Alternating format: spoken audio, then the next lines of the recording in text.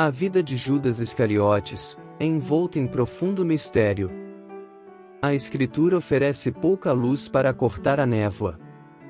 Na verdade, em qualquer tratamento, honestamente, as perguntas provavelmente deveriam superar as respostas.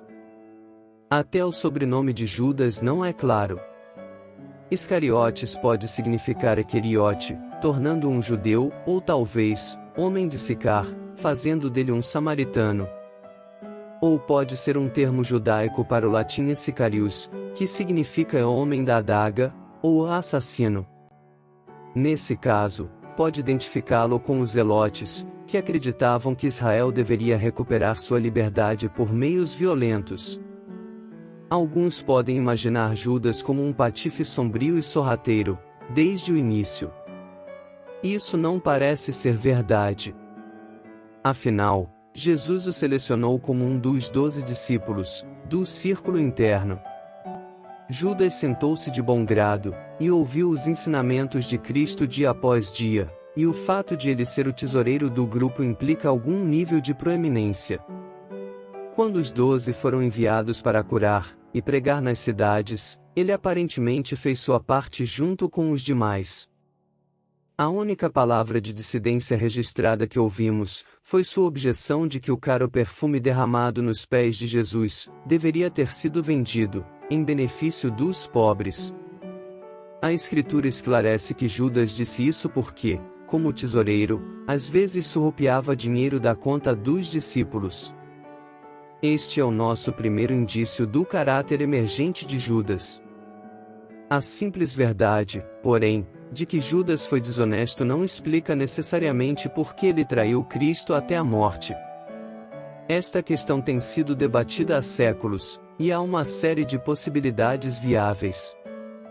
O motivo pode ter sido simples ganância. Como tesoureiro desonesto, é óbvio que Judas foi atraído pelo dinheiro, e pelo que ele poderia obter. No entanto, as 30 moedas de prata que Judas recebeu pela traição valeriam apenas 100 ou 200 dólares hoje. Isso seria dinheiro suficiente para interessar significativamente a Judas?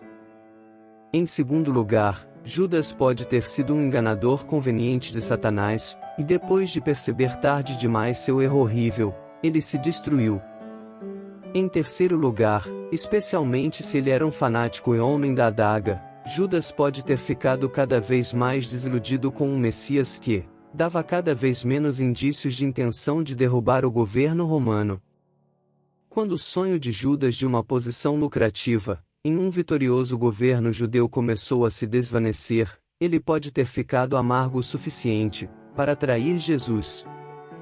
Uma última possibilidade é que Judas pensou que, se ele forçasse a mão de Cristo, o Messias que ele conhecia como sobrenaturalmente poderoso, poderia finalmente explodir em julgamento, se vingando daqueles que ousassem prendê-lo. No final, somos deixados a nós mesmos para decidir quais motivos sombrios podem ter motivado essa terrível traição.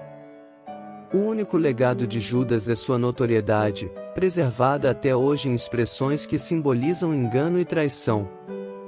Chamar alguém de Judas é acusá-lo de traição insidiosa. E dizer que alguém foi vendido por 30 moedas de prata, significa que eles foram roubados ou traídos por um vigarista astuto. É tristemente surpreendente, e doloroso para nós, que um homem que andou lado a lado com Jesus por 3 anos, pudesse se tornar um traidor. Deus conceda que evitemos a longa linhagem de descendentes escorregadios de Judas. O que podemos aprender com Judas Iscariotes? Talvez a história de Judas nos deixe com mais perguntas do que respostas. No entanto, também nos deixa com uma pergunta vital a fazer a nós mesmos: nós mesmos traímos a Cristo quando expressamos lealdade inabalável a Ele, mas vivemos como se nunca tivéssemos ouvido falar dele? A lealdade a Jesus, como uma ponte bem construída, deve resistir até mesmo na pior das tempestades, e deve sempre permanecer firme, inabalável e fiel.